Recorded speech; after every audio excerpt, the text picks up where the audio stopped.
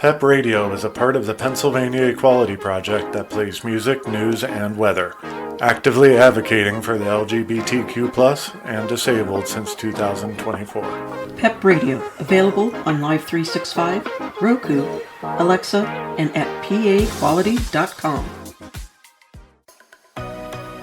Here at Gay SA Radio, we're very happy to welcome the Othering podcast to our airwaves. Catch the show every Thursday at noon CAT, bringing fresh voices and compelling conversations straight to you. Head over to gsaradio.stream to find out how you can tune in and become part of our family.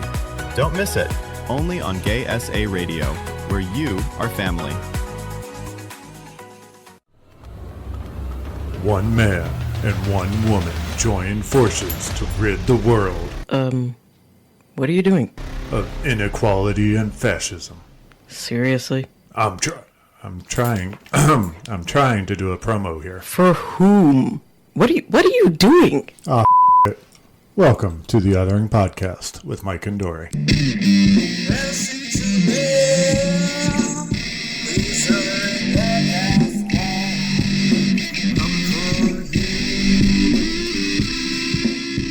Hello.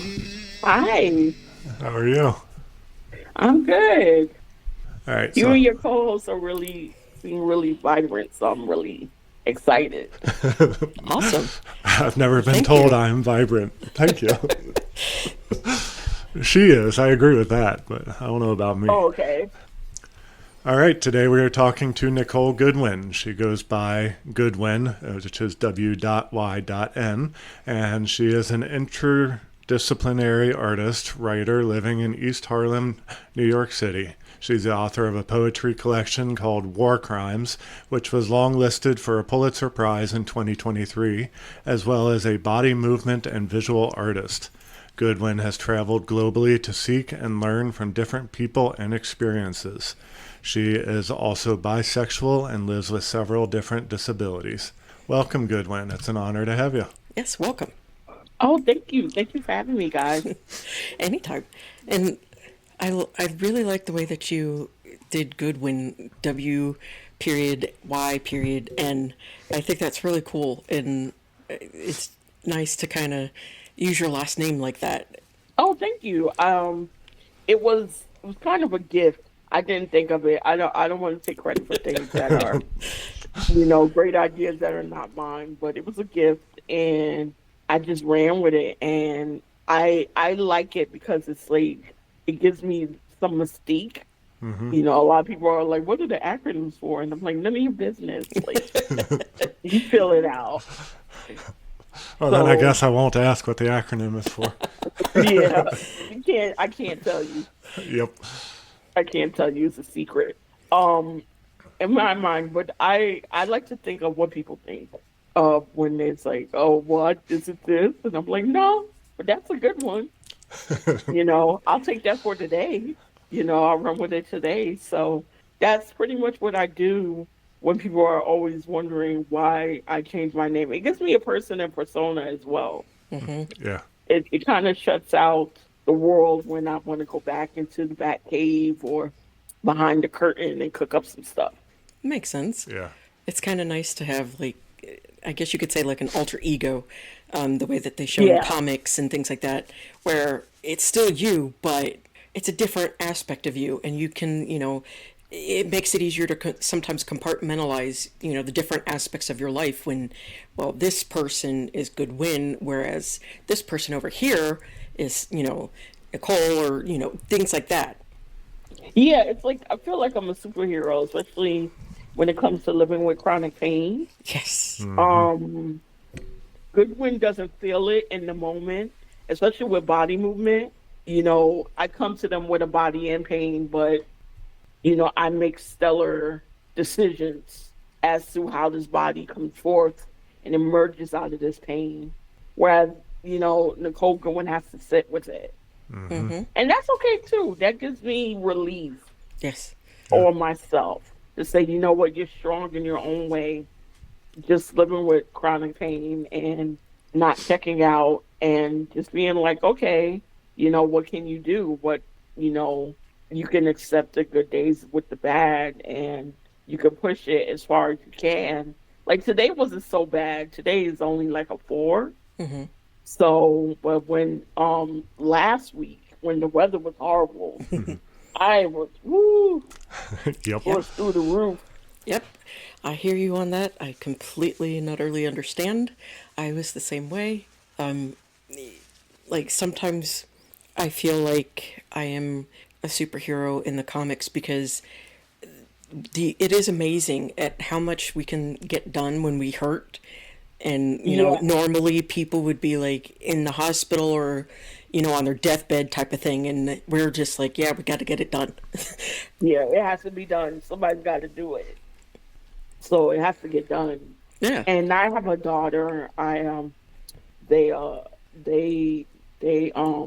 They have they're pretty much ADHD spectrum, and I feel that I'm showing them positive reinforcement by just knowing when I can practice self-care, knowing when I can get the job done, knowing when I can apply myself, and when my limit is.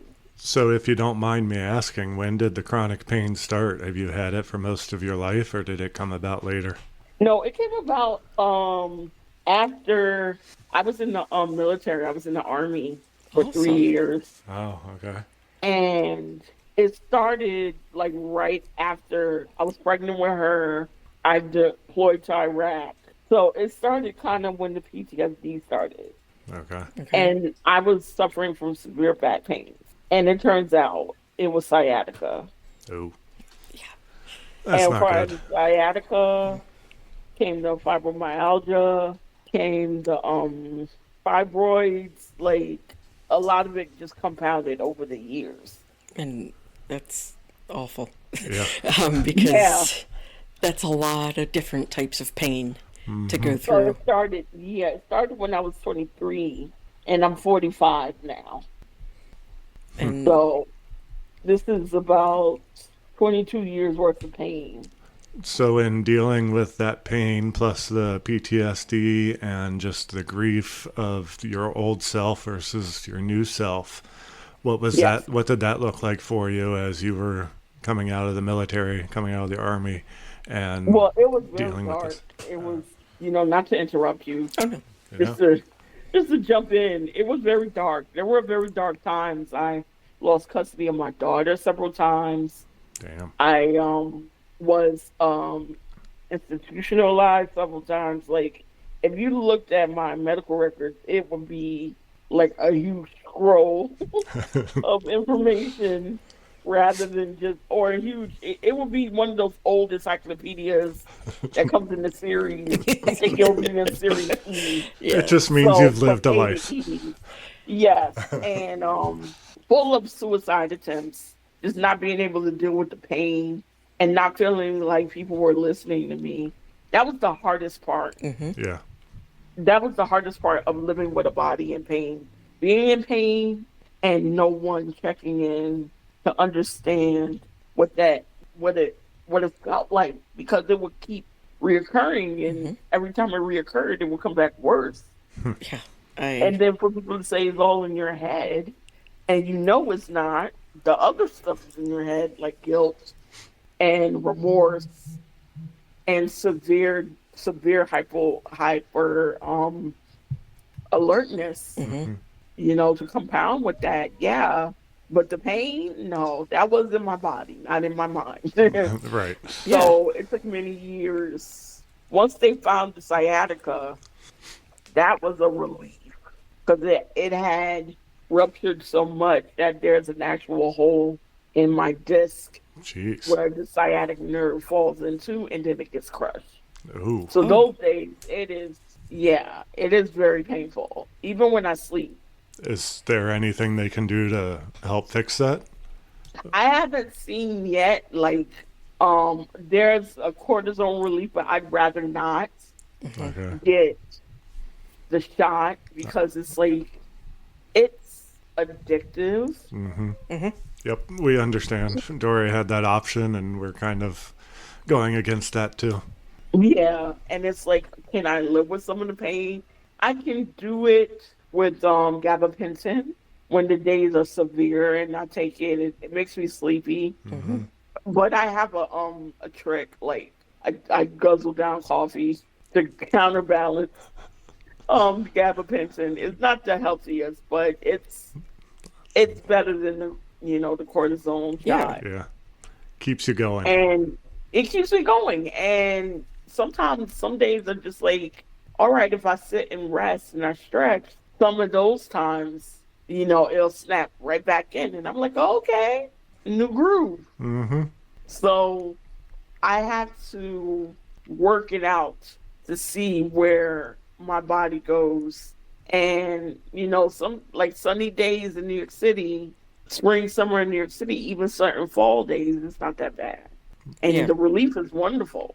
I can believe that. So I wouldn't Yeah. experience that if I was on the heavy medication. That's just a relief that I get as well Right. from what I do and what I've seen and when my body is playing with me. So I appreciate the little things. Yeah. That good. helps. I'm glad that you're able to find the little things to appreciate, because sometimes it is really, really, really hard when Yeah. it's like flaring and the weather's bad and you're flaring because of that, but there's nothing you can do. And then, it's being trapped in that moment.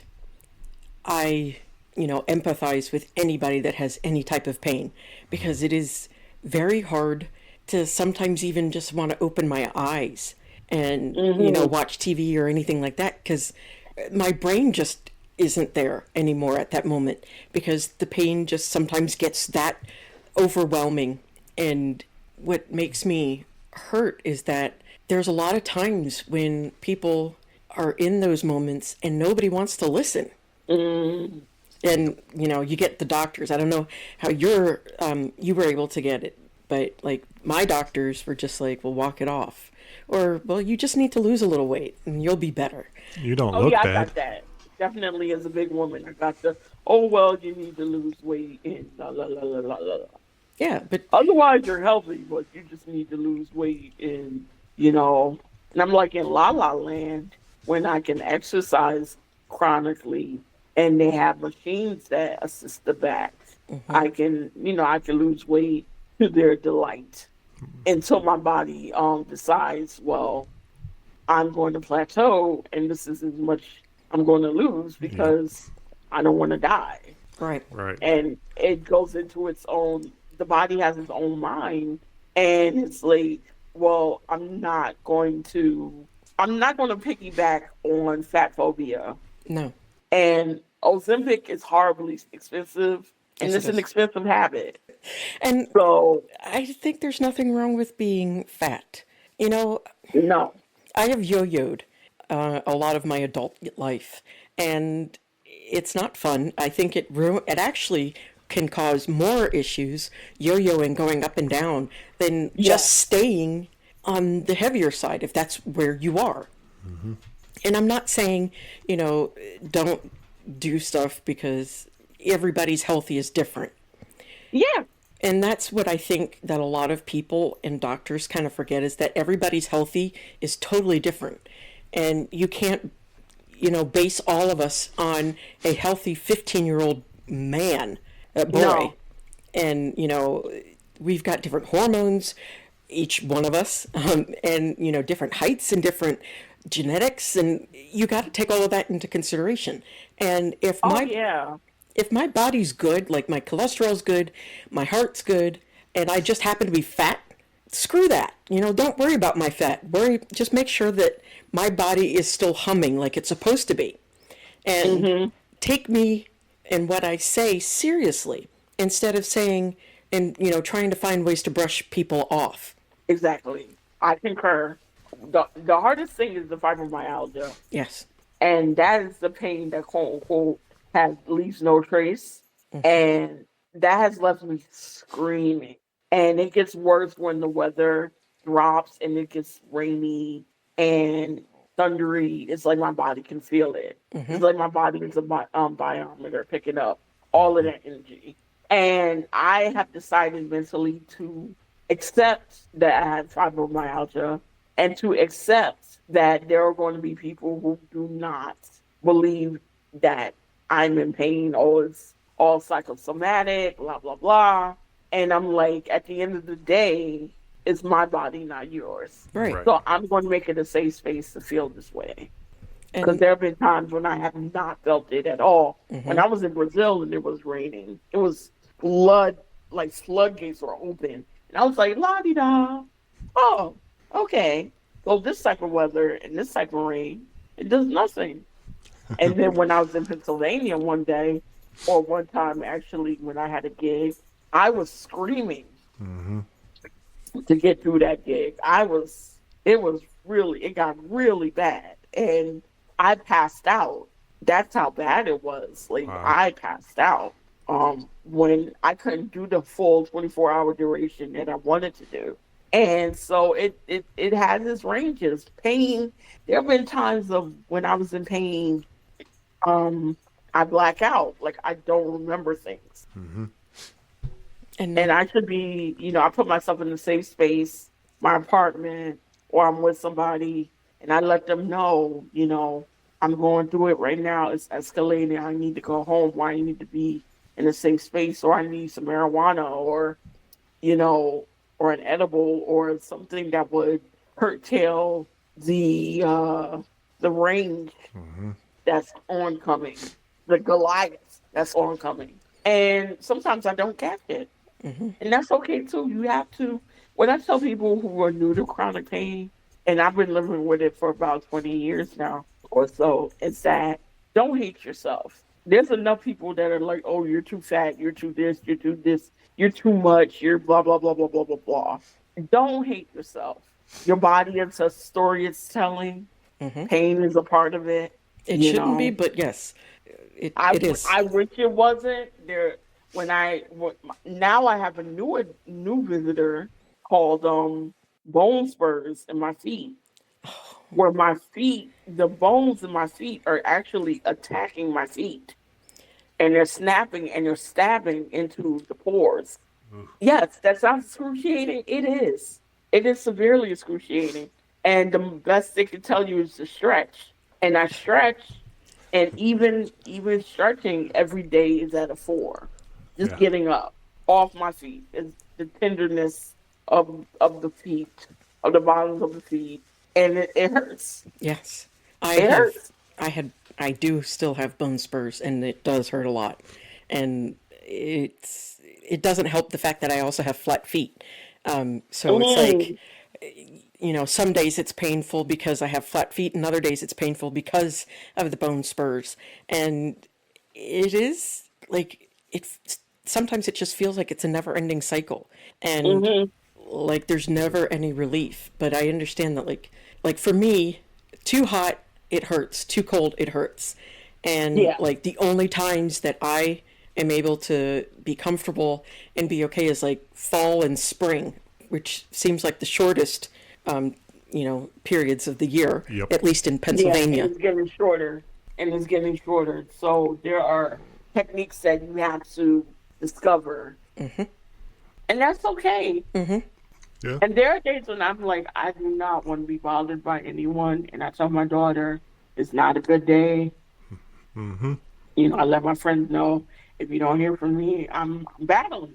Yeah. And I have other women friends who, for their reasons, mine was the military. That's uncommon, but there's so many, especially with Black and brown women, there's so many reasons for pain and chronic illness. Yes, And we need to give each other space and grace. exactly. And I 100%. do that. And there's a lot of reasons, being black and brown, that people will ignore you or not believe you.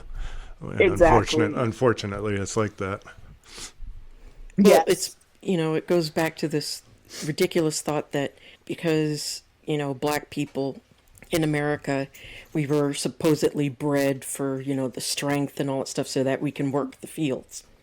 And it maybe so, maybe we can, but that doesn't mean that we don't have pain. No. And No, it's absurd. It's absurd to believe that we can't give each other space for our pain. And it's even more absurd that we can't. I I learned a lesson, believe it or not, about pain. When I was going to the acupuncture, I can't afford it now, but when I had the little bit of money to do it, and my finances, that annoying little pinch, very slight, she was very good. And I said, I never thought there would be pain that can uplift you. And she actually began to cry. And she was a Black acupuncture professional. Hmm. And her apprentice was just as good. She was Asian, I believe Chinese. And her apprentice was just as good.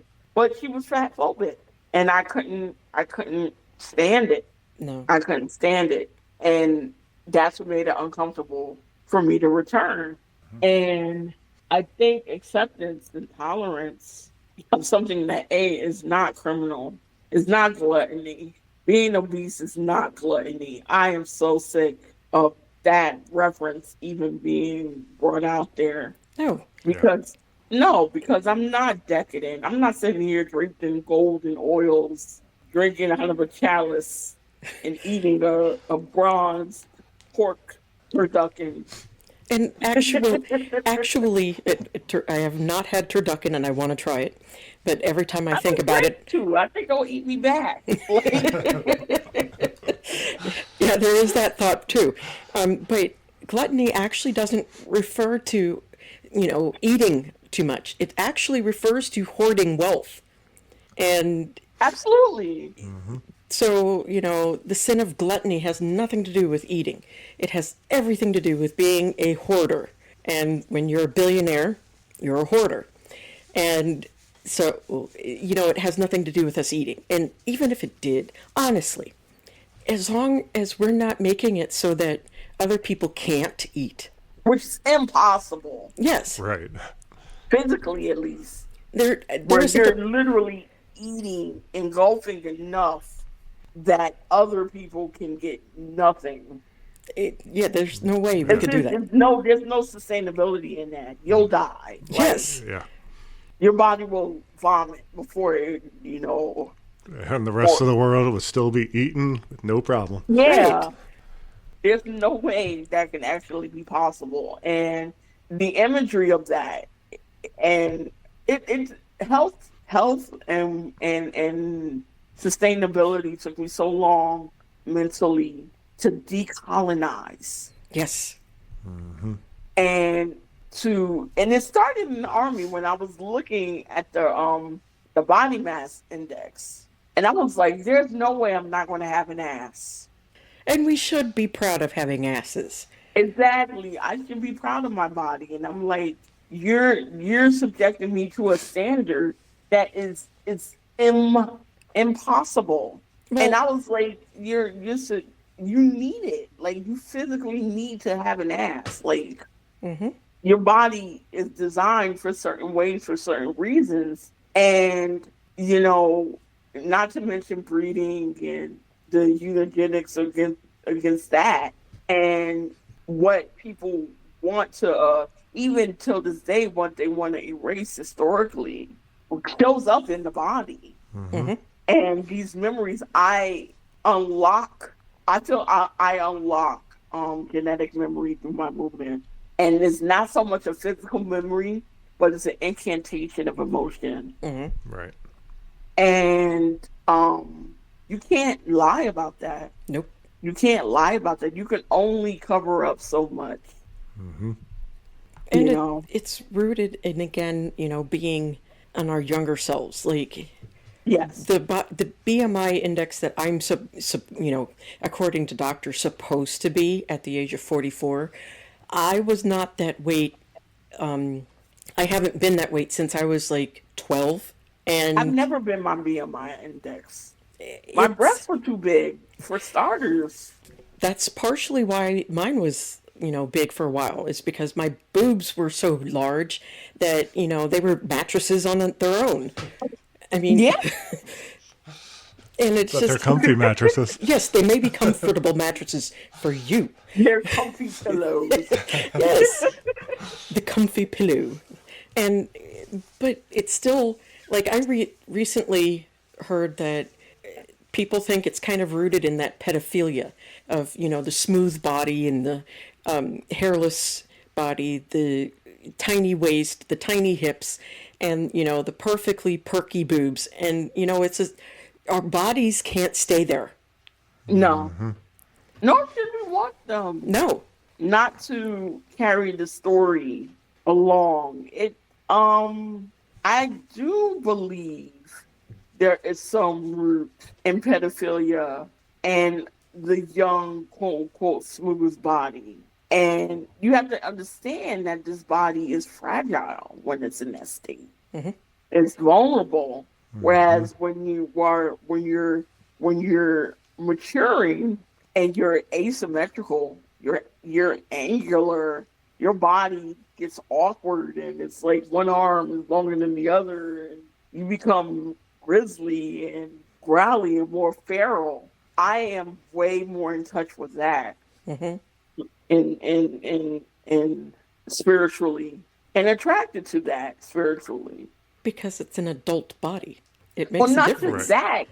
It's a human body, but it's animalistic. Mm-hmm. And it's I think it's truer to our nature. Not saying I'm into beasts. I'm not necessarily. Not. You know what I mean? I'm not taking it to that extreme. No, that's a totally different topic. Yeah, that's a totally different topic. I don't like the idea of non-consequence and anybody taking advantage of a body. Mm-hmm. But the animalistic self demands and it desires and it feeds and there's a groove for me there that isn't necessarily present in my mind. That makes perfect sense. Mm-hmm. And our bodies, especially as AFABs and pregnancy, we have to gain weight. We have to be heavier in order for our children to thrive in our bodies, and for us to thrive surviving our children. Right. And our environment. Yeah. Alone. I have something called hyperemesis. Mm-hmm. And literally 3% of the world women get it, and I'm one of them. Me too. And I could not. In 2-3 weeks in a month when I was pregnant, about 3 weeks to a month, I lost 10% of my body weight. Mm-hmm. And I was very small because I was trying to figure the BMI index in the military. And to lose that 10% nearly killed me. And in such a rapid rate, it was a shock. Right. And they weren't worried about the baby. They were worried about me. They were like, you got to eat. And I'm like, I'm eating. It's just not staying down, or it's burning up, or, it was a rough pregnancy. Yeah. And there was a lot, and I was doing it by myself. I was in my early 20s. And dealing with that chronic pain is like, I think we do not give women. My friend, one of my best friends, she's pregnant right now. Mm-hmm. I'm going to mention her, Winley. And I mention Winley because she suffered from chronic pain, and he's dealing with the pregnancy now. And it's like the baby's about to blow. Like, this baby's coming sooner or later. Like, sooner rather than later. And I mentioned Winley not to embarrass her, but to say I've never seen someone more honored to carry chronic pain. And I was like, I cannot do that again. Pregnancy is hard. I say that to say this. I don't think as women we give ourselves realistic boundaries. No, we don't.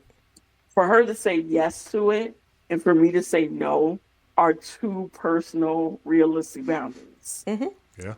And it's something that I think everybody needs, is that boundary of when you can or can't, don't want to have children ever, or you only want to have one, or you only want to have 3.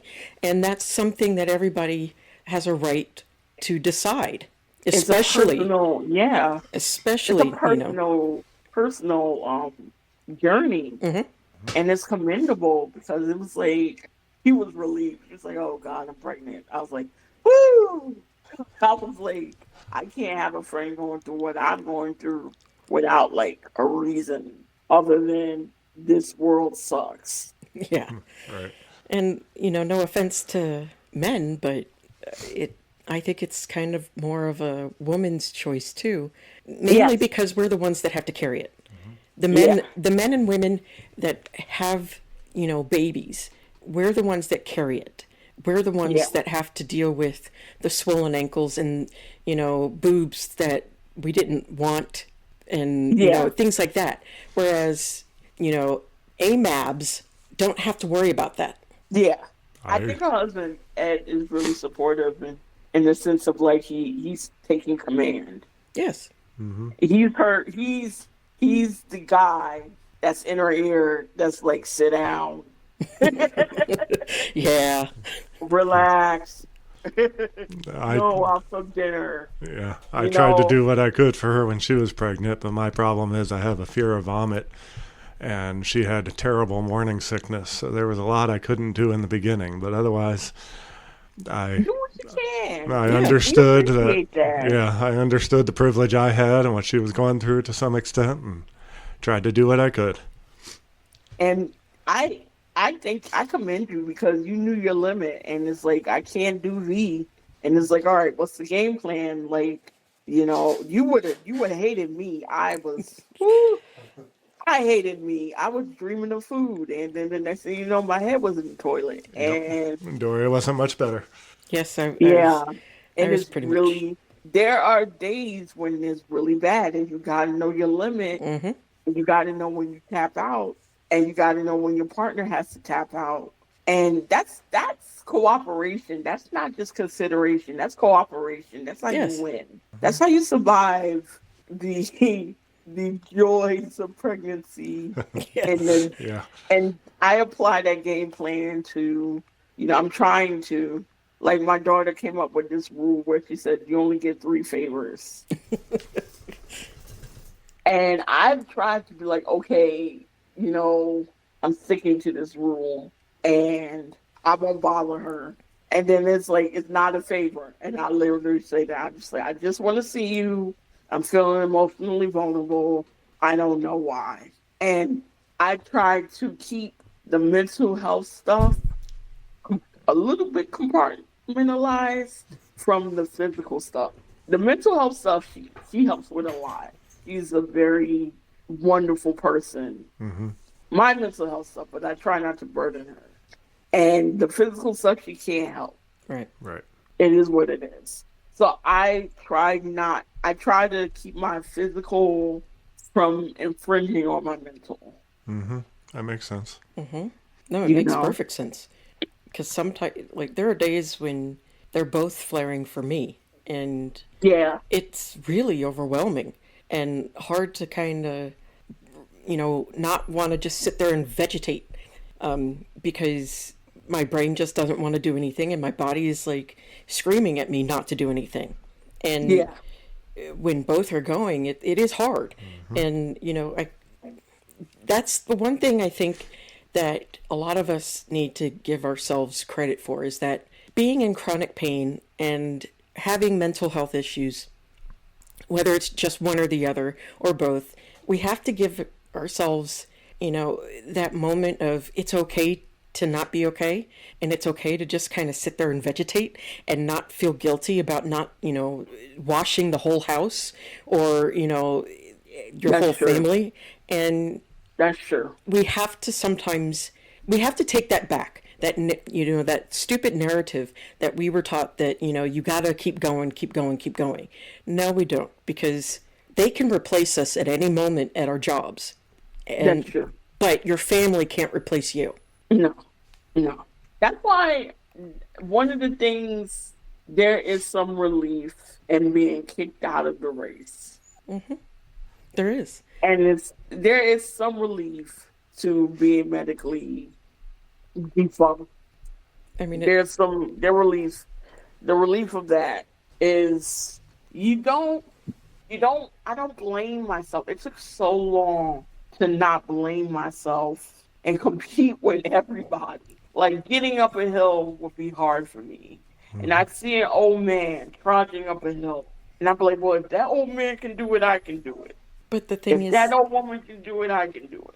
we If, we do that a lot. But the thing is yeah, that we have to remember that just because somebody can do it, we have to think in terms of, a fish and a turtle. We can't fuss at the turtle for not being able to climb a tree. We can't fuss at a fish for not being able to climb a tree. But a fish and a turtle can swim beautifully together. And, yeah, we kind of have to realize that just because an old man can do it or another young person can do it doesn't mean that we can. We're all different. Yeah, and just turtles and because fish. he is doing it doesn't mean he should be doing it. Right. And because that could be killing him, Yeah. literally killing him. Exactly. And even though fish and turtles both swim, one is a better swimmer in certain situations than the other. And we kind of have to think in those terms of, just because our bodies might be able to do it doesn't mean we should, and that doesn't mean we can, even though it may look like we can. Yeah, yeah. And then there are some days when I've surprised myself. Like, I love to dance. I do love dancing, and I love dance instructing and going into that. And the only thing that stops me is the feet. That pain is too much to bear right now, and I'm like, well, until I get that under wraps, I'll go back to choreographic dance when I can, and I'm hopeful. But again, I'm also very realistic about it. As Nicole, I have to be around for my kid. Mm-hmm. And sometimes that means letting go the ghost and being like, this sucks. I think being vulnerable is hard. It is very hard, but you need to. That's another thing that we were taught growing up is that, we're not supposed to show emotion. We're not supposed to get angry. We're not supposed to cry. We're not supposed to, have any emotions because you might get mocked for it or whatever bullshit is, coming through. But we have to do that because that's also a part of keeping our mental health in check, keeping our bodies in check is, every so often checking in with ourselves and saying, this sucks.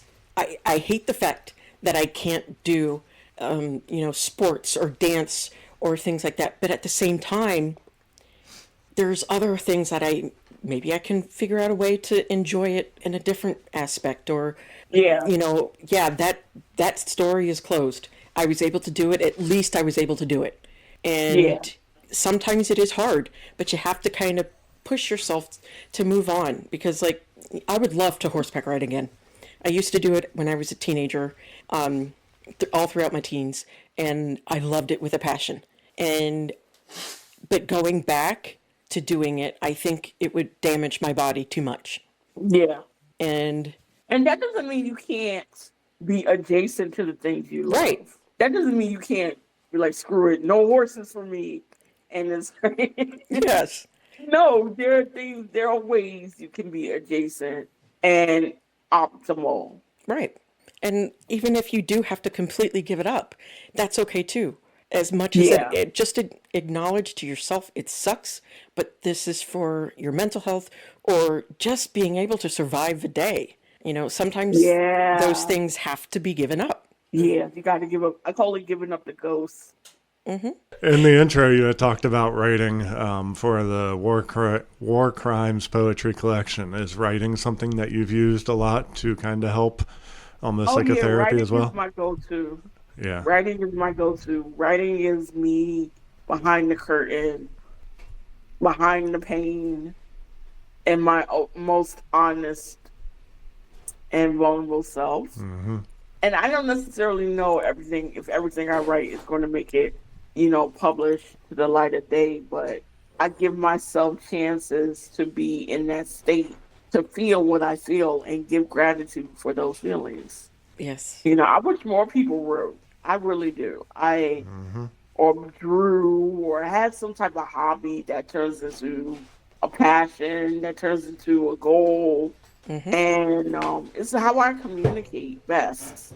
Sometimes being able to give, a story to your thoughts, or just pattern or color to your thoughts can be so soothing and helps a lot of times, like, creating characters, creating, places that they're going to go. It helps me. And, there are times when I admit that I'm like the worst about making sure I keep up with writing stuff. Yeah. But when I do get into it, it's freeing. And I think we all should find some sort of art, whether it's fabric arts, fiber arts, actual drawing, writing, whatever it is, to kind of get our thoughts and feelings to kind of flow into that. Yeah, I agree. I think the greatest thing besides making art is collaborating with other people that make art. And my closest family members, my best friends, they make art and they're my family. And my extension of that and others that I've met through creating art, be it socially or professionally, show me love and appreciation for my writing, because it's so there. It's there for people. And I'm like, my writing has this life of its own and I can't wait to catch up with it. But that is an alleviation of pain in its own way. Yes. Yep. Yes, it can be. And even though it seems like amazing. It may sound weird to say that, writing or knitting or, drawing would relieve some of the pain, but our bodies hold a lot of tension too. And a lot of hurt and, anger and things like that, because growing up, we're not taught to really express a lot of those things. And when we engage in either watching somebody create art or doing it ourselves, it kind of relaxes us. And so it allows us to release a lot of those pain and things like that and kind of put it into the words or into the fiber. And that alone just kind of relaxes my body enough so that I don't, stay at a 9. I can drop down to like a 4 or 5.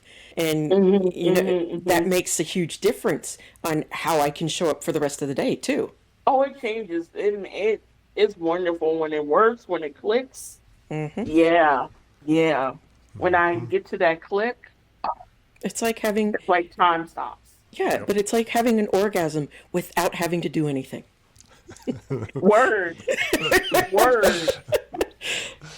Candy canes and sugar on top. Yes. That a lazy orgasm, that's what I call innovations in my head. A lazy orgasm. When you've done the minimum and gotten the maximum out of life. Yes. What?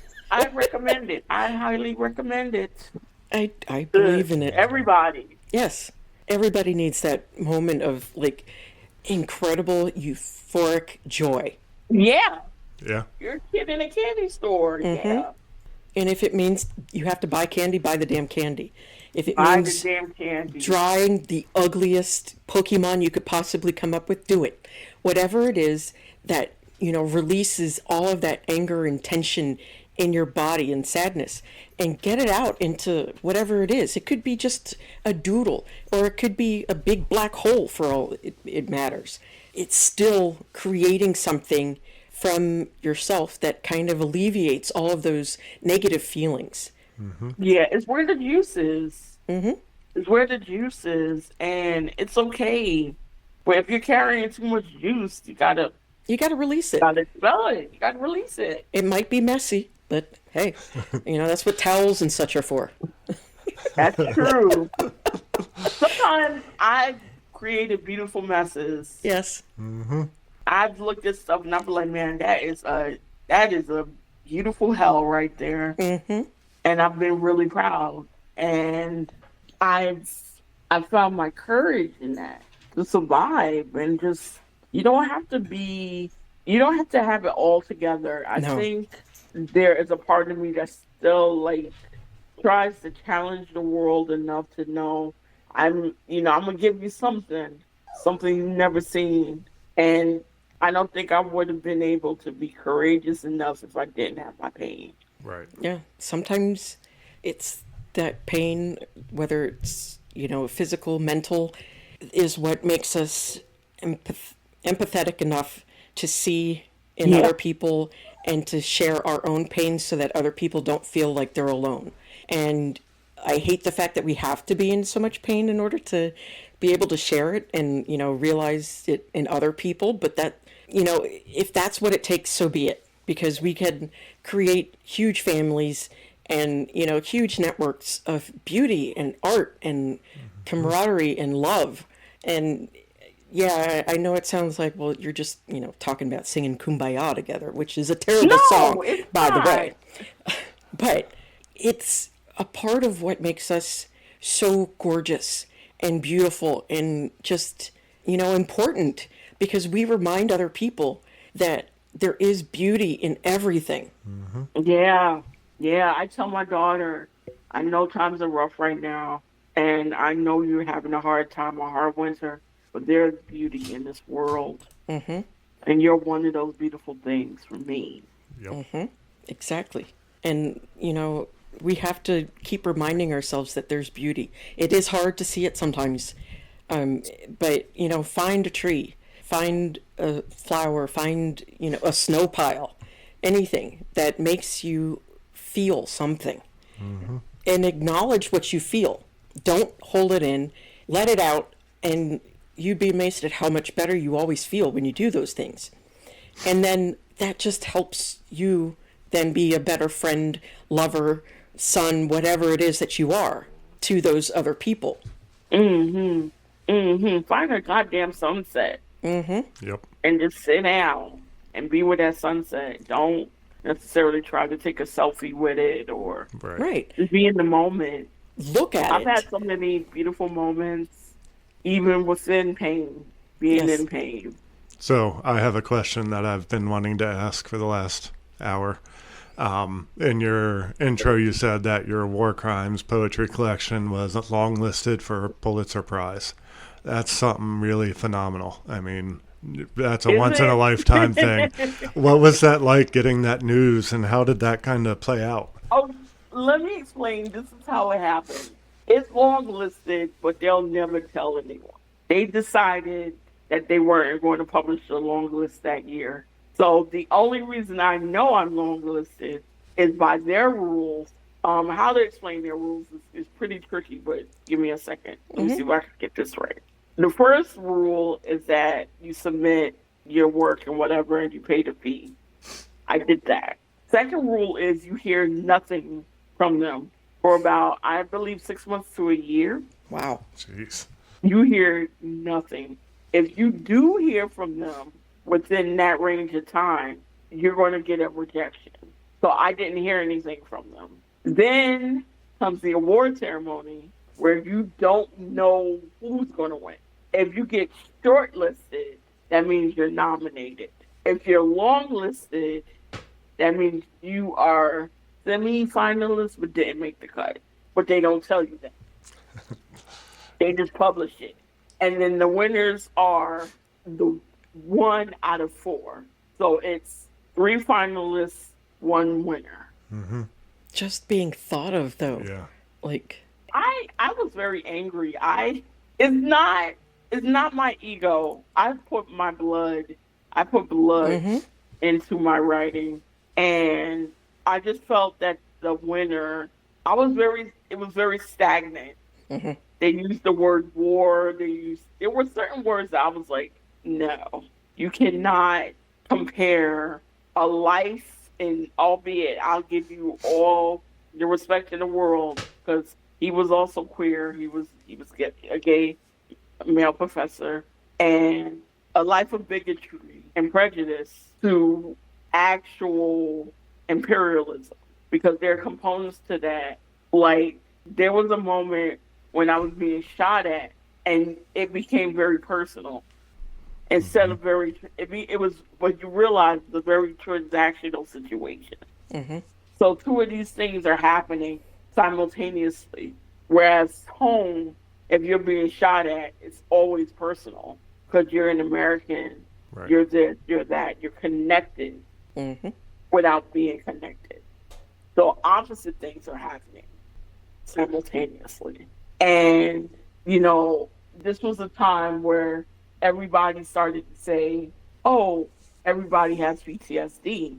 And what made me upset by that phrasing, the difference between CPSD, PD, and PTSD, being like or as and being in the thing, in the shit. Right. Mm-hmm.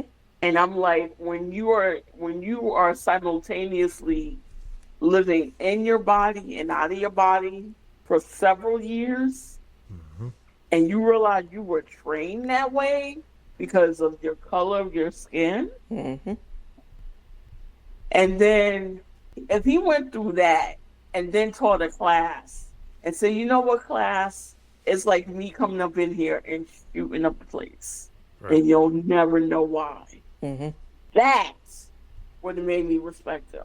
But this is about, well, you know, academia, of which I consider myself an academic. I'm not above snobbery, but I can't see myself lying to you when I write to you. Right.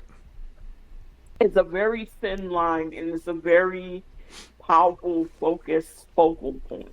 And when I'm creating art, I'm at my most honest. I think the only thing that made me even more honest was when I was in pain having my kid. Right. Is Because that you have no choice. Yeah. yeah? Is that book available for sale today? Yeah, it is. It's on Amazon, but also you could get if you want to order copies through me, you could totally get copies through me and it'd be signed, and you know, I can FedEx it to you guys with a special card. That would be awesome. Called that'd be Red great. Love. Oh, that would be so awesome. I would So love that. for the listener, is the best way for them to find it to go on Amazon and look up War Crimes by Nicole Goodwin? No, look up Goodwyn, GoodW.Y.N. And also War Crimes on Amazon, and they'll take you right to it. Perfect. I'm sorry, but that's just really cool that you were longlisted. Like, Yeah. It took me 3 years to realize it too. My imposter syndrome is that strong. I'm like, well, they're not taking it away off. They're not taking it offline, so they haven't come out and said she was not longlisted. I was like, no, I'm there somewhere in the ether. Unfortunately, we do need to start to wrap it up here. Okay. Did you want to let people know where they can find you? And we just mentioned where they can find your book. Was there other stuff you wanted to let people know? Oh, please hit me up on Instagram or on Threads. I'm on Instagram is lowercase GoodW.Y.N9. That's my my main Instagram. Okay. And hit me up, have a chat. If you want to get to know more of my stuff, we can chit chat, and I'll show you around cyberspace. It's just a tool for me to promote myself, my work, and let me know if you get the book. Let me know what you think. Please put it up on Instagram. More reviews help the sales. I'm still just a small time hustler. Yep. Yeah, and if you guys get the book or two, let me know what y'all think. I would love to know. Definitely. Awesome. Yeah. Well, thank you so much for joining us today. This has been a great conversation. Oh, you guys have been great. Thank you for having me. Thank you so much. And I wish we had more time, but we'll have to have you back and talk to you some more, because I want to hear some more, like a lot more. And we never have enough time, damn it. No, we don't. You guys are great. Thank you. Thank you. Thank you. All right, talk to you later. Bye-bye. Bye. Thank you for listening to the Othering Podcast by Mike and Dory. Please like and follow us on all of your favorite social media. The Othering Podcast is produced by LoudCore Productions, graphics by Josh, and music by Jordy James.